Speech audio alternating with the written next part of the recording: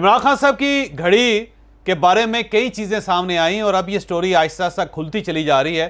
मेरा ख्याल है एक हफ्ते के अंदर जो एक मैच्योर किस्म की शक्ल इसकी निकलेगी, फिर हम ज़्यादा बेहतर तरीके से इस पर तबसरा कर सकेंगे। लेकिन जो आज की सूरत है, आज की सूरत ये है कि एक क्लेम उमर फारूक साहब ने दुबई में बैठ के किया कि ये घड़ी मैंने फ़रा गोगी साहिबा से ख़रीदी थी $2 मिलियन में। और दूसरी स्टोरी पीटीआई की तरफ से आई। पीटीआई के आज वुज़रा ने एक प्रेस कॉन्फ्रेंस की जिसमें फवाद चौधरी साहब भी शामिल थे, शीरी मज़ारी साहिबा भी शामिल थी और उसमें जुल्फ़ी बुखारी साहब भी थे। इन तीन वुज़रा ने यह ऐलान किया कि हमने ये घड़ी उमर फारूक को नहीं बेची थी, ये घड़ी इस्लामाबाद के अंदर बिकी और उसके बाद ये घड़ी दुबई कैसे पहुंची, हम इस बात पे हैरान हैं। अब दूसरी तरफ उमर फारूक का क्लेम यही है कि मुझे तो ये घड़ी दुबई में फ़रा गोगी साहिबा ने आके बेची थी और मैंने $2 मिलियन इसके अदा किए थे। अब इमरान खान साहब ने जियो न्यूज़ और जंग ग्रुप और इसके साथ साथ शाहजेब खानज़ादा साहब के ऊपर केस करने का फ़ैसला कर लिया, ऐलान कर लिया। और अब उनका ख्याल ये है कि वो दुबई में भी केस करेंगे और लंदन में भी केस करेंगे और पाकिस्तान में भी केस करेंगे। लंदन में केस क्यों हो रहा है, उसकी वजह यही है कि वहाँ इमरान खान साहब को पैसे ठीक ठाक मिल सकते हैं, क्योंकि अगर वो केस जियो ग्रुप हार जाता है या जंग ग्रुप अपने स्टांस को साबित नहीं कर पाता तो उसके बाद इमरान खान साहब को पैसे बहुत ठीक ठाक मिलेंगे वहाँ से। अब जो स्टोरीज़ कुछ आपके सामने है, कुछ इसके पीछे है जो मैं आपके सामने रखना चाहता हूँ, जो नई इंकशाफात हैं वो भी आपको बताता हूँ। पीटीआई की जो स्टोरी है उसके अंदर वो बार बार जिक्र करते हैं कि हमने ये घड़ी इस्लामाबाद के अंदर बेची थी। अब इस्लामाबाद में ये घड़ी कहाँ बिकी थी? ये जना सुपर में एक घड़ियों की दुकान है जिसके जो मालिक थे उनका नाम है मसूद साहब। तो मसूद साहब के पास ये घड़ी गई थी और उनके जो मुलाजिम है उनका नाम है शफीक, जिसका बार बार जिक्र आप सोशल मीडिया पर सुन रहे हैं। तो ख्याल ये है, पीटीआई का कहना ये है, बल्कि दावा ये है कि हमने ये घड़ी शफीक साहब को या मसूद साहब को, जिनकी ये घड़ियों की दुकान थी जना सुपर में, उनको 5 करोड़ 70 लाख रुपए में बेची। ठीक है, ये पीटीआई का क्लेम है। अब मसूद साहब जिनके बारे में पीटीआई ये क्लेम कर रही है कि उन्होंने ये घड़ी ख़रीदी थी हमसे, वो अपनी दुकान बंद करके दुकान बढ़ा के मुल्क से बाहर चले गए। अब उनका इस घड़ी के साथ, जना सुपर के साथ, अपनी दुकान के साथ और पाकिस्तान के साथ कोई ताल्लुक़ नहीं। यहाँ पे एक क्लेम ये भी किया जा रहा है और ये गवर्नमेंट के लोग कर रहे हैं कि जो रसीद इमरान खान साहब की तरफ से बार बार दिखाई जा रही है वो जाली है। या तो ये उस घड़ी के बिकने के बाद या मसूद साहब की दुकान बंद होने के बाद या उनके यहाँ से बाहर जाने के बाद ये बनाई गई है और इसका रियलिटी के साथ कोई ताल्लुक़ नहीं। एक ये क्लेम भी किया जा रहा है कि ये बेसिकली घड़ी की रसीद नहीं है, ये एवेल्यूएशन है जो कैबिनेट डिवीज़न अमूमन इस किस्म के जो गिफ्ट्स होते हैं उस पर एवेल्यूएशन करवाती है। तो वो एवेल्यूएशन थी जिसके बारे में इनका ये कहना है कि पीटीआई क्लेम कर रही है कि ये रसीद है। फिर एक और सोर्स ये भी ऐलान कर रहा है कि मसूद साहब इस मामले में बड़े मशहूर थे, वो मर्ज़ी की रसीदें भी लोगों को बना देते थे और अगर कोई शख्स उनके पास आता था वो ये कहता था कि मैं ये चीज़ बेचना चाहता हूँ, ये ख़रीदना चाहता हूँ, तो जो उनको कहा जाता था वो रसीद बना के दे देते थे।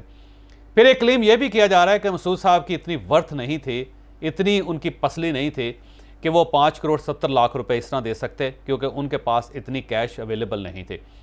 फिर जब ये पीटीआई ने या इमरान खान साहब ने, उनकी फैमिली ने जब ये घड़ी बेची थी तो मसूद साहब के अकाउंट में 5 करोड़ 70 लाख रुपए उस वक्त नहीं थे, और अगर थे भी तो उन्होंने ये पैसे ट्रांसफ़र कैसे किए, इसके बारे में भी अब बहुत बड़ा गैप है, रखना है इस सारी स्टोरी के दरमियान, जो ज़ाहिर है अब पीटीआई को या इमरान खान साहब को इसके बारे में कुछ ना कुछ प्रूफ देना पड़ेगा।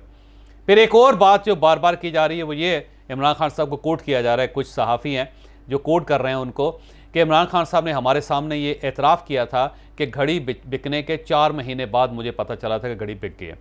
तो ये भी एक नई स्टोरी यहाँ पे सामने आ रही है। तो पीटीआई की तरफ से जो स्टोरी है उसके अंदर कई रखने हैं, कई दराज हैं उसके अंदर, जो ज़ाहिर है आहिस्ता आहिस्ता खुलेंगे और फिर पता चलेगा कि इस स्टोरी के अंदर कितनी जान है।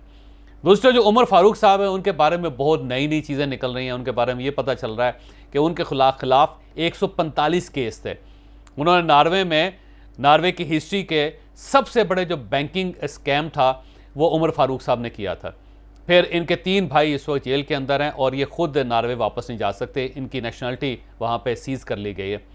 इसके बाद ये दुबई में मुकीम है, यूरोप के अंदर ये जा नहीं सकते। और फिर इनके खिलाफ एक केस टर्की के अंदर भी है और 2004 में इनकी एंट्री वहाँ पे भी बैन है और उनको भी वहाँ पे तलाश किया जा रहा है इनको भी। फिर इनके रेड वारंट्स जारी किए जा चुके हैं इनके बारे में ठीक ठाक किस्म के केसेस हैं, हर जगह पे इनको बुलाया जा रहा है, हर जगह पे इनको तलब किया जा रहा है। फिर इनके बारे में ये भी है कि वो पाकिस्तान भी आते रहे हैं, वो रॉयल फैमिली के शहजादों को पाकिस्तान लेकर आते थे और उनसे कराची के अंदर वो मुख्तलिफ ऑफिसर से मिलते थे। बशीर मेमन साहब के घर वो गए थे, जो DGFIA थे उस वक्त, वो उनकी फैमिली से भी मिले थे बशीर मेमन साहब की, और अपने साथ वो शहजादे को भी लेकर गए थे। फिर फैसल वाडा साहब ने एक तस्वीर शेयर की कि जिसमें फैसल वाडा साहब के दफ्तर में वो खड़े हैं और इनके साथ एक शहजादा भी है, और फैसल वाडा साहब का क्लेम है कि ये बात या इनसे जो मुलाकात थी मुझे प्राइम मिनिस्टर ऑफिस से कहा गया था, बल्कि वो प्राइवेट अपनी शायद मीटिंग्स में ये भी कहते हैं कि मुझे इमरान खान साहब के हवाले से मेरे पास इनको भेजा गया था कि आप इनसे मिल लें। तो फैसल वाडा साहब भी क्लेम कर रहे हैं कि वो आते थे, जाते थे।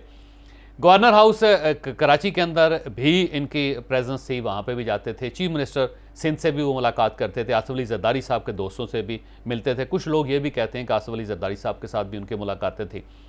फिर सोफिया मिर्ज़ा का जो इशू है वो आपके सामने है। 2 बच्चे थे सोफिया मिर्ज़ा से इनके, उनकी ये जाली शनाख्त बना के, जाली पासपोर्ट्स बनवा के, दूसरे नामों से उन्होंने बच्चों के नाम चेंज करके उनको ये पाकिस्तान से बाहर ले गए थे। केस यहाँ पे चलता रहा था, जिसमें अदालत में उन्होंने डिक्लेयर किया था कि मेरे पास इतने पैसे नहीं हैं कि मैं हर महीने सोफिया मिर्ज़ा को बच्चों के नान नफ़के के लिए 10 लाख रुपए दे सकूँ। तो ये भी एक स्टोरी है। अब ये सारी स्टोरीज़ को अगर हम सम अप करें तो एक अजीब सी पिक्चर बनती है कि एक शख्स क्लेम कर रहा है कि मेरे पास घड़ी है उसके पास, फिर वो ये क्लेम कर रहा है कि मैंने इसके $2 मिलियन दिए हैं, हो सकता है $2 मिलियन दिए हैं, लेकिन साथ उसके पास रसीद नहीं है कि $2 मिलियन देने की, ना उसके पास कोई ऐसी तस्वीर है जिससे इस्टेब्लिश होता हो कि फराह गोगी वाकई उससे मिली थी और ये सौदा इनके ऑफिस में या इनके घर में फराह गोगी के साथ हुआ था, और फिर ये फराह गोगी जहाज़ में $2 मिलियन लेके पाकिस्तान वापस चली गई थी।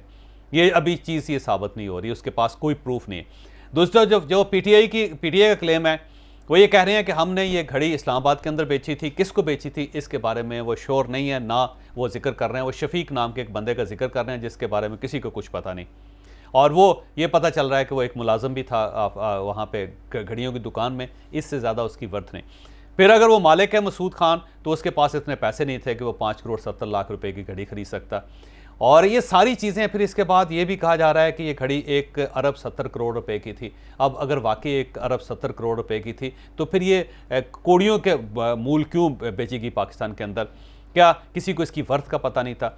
इन सारी चीज़ों को अगर साइड पर रखते हैं तो एक और चीज़ जो बड़ी दिलचस्प सामने आती है वो ये है कि किसी एक बादशाह की तरफ से या किसी दोस्त मुल्क की तरफ से किसी दोस्त मुल्क के वज़ीर-ए-आज़म को तोहफ़ा देना एक बड़ी इज्जत की बात होती है, और तोहफ़ा भी वो हो जो दुनिया में सिर्फ 2 ही हो।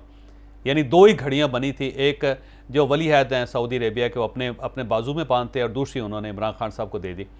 उस तोहफे का इस तरह बिकना कि वो मार्केट तोहफा जो है ना ख़वार हो रहा है, जलील हो रहा है, और इसके बाद उसका एक इंटरनेशनल स्कैम बन जाना और हर जगह पे उसका इन्वॉल्व हो जाना, फिर जिस कंपनी ने ये बनाया था उसका बार बार जिक्र आना, ये मेरा ख्याल है पाकिस्तान के लिए इंतहाई अफसोस की सूरत हाल है।